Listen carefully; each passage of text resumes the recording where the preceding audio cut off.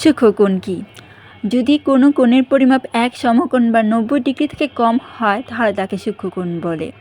আমরা যদি চিত্রটা দেখি তাহলে দেখা যাচ্ছে যে এই কোণটি 90 ডিগ্রি থেকে কম কিন্তু 0 ডিগ্রি থেকে বেশি। তো আমরা ধরতে পারি সূক্ষ্মকোণের মান থেটা।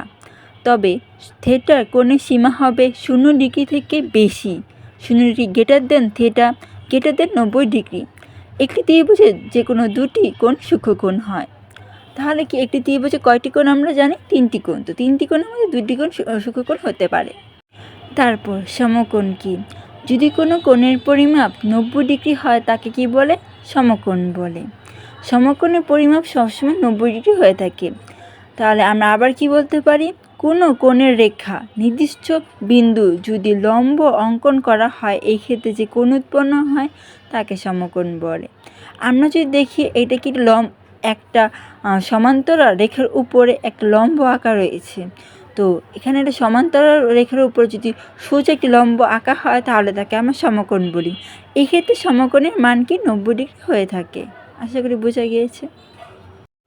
স্থূলকোণ যদি কোনো কোণের পরিমাপ 90 ডিগ্রি থেকে বড় এবং 180 ডিগ্রি থেকে ছোট হয় তাকে কি বলে? স্থূলকোণ বলে। অন্যভাবে বলা যায় এক সমকোণ থেকে বড়। এবং সরলকোণ আমরা সরলকোণ জানি কত? 180 ডিগ্রি। সরলকোণ মানে কি? একটা রেখা। তো একটা রেখায় কি 180 ডিগ্রি। 180 ডিগ্রি থেকে ছোট এবং 90 ডিগ্রি থেকে বড় কোণকে আমরা কি বলবো? স্থূলকোণ বলবো। আমরা চিত্রে দেখতে পাই যে এটা কি 110 ডিগ্রি। 110 ডিগ্রি কি 90 ডিগ্রির চেয়ে বড় এবং 180 ডিগ্রির চেয়ে ছোট। তো এখানে আমরা স্থূলকোণের মান যদি থেটা ধরি তবে থেটা কোণের সীমা হবে 90 degree theta 90 degree greater than theta greater than 180 degree. তারপর সরলকোণ। সরলকোণ কি?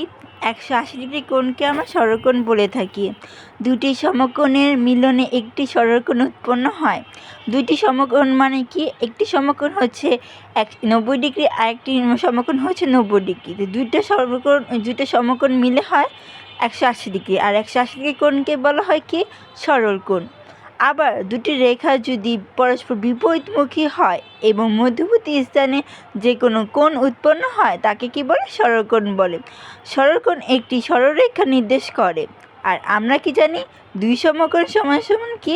এক সরলকোণ। তো সরলকোণ আমরা কি জানলাম? দুটি সমকোণ।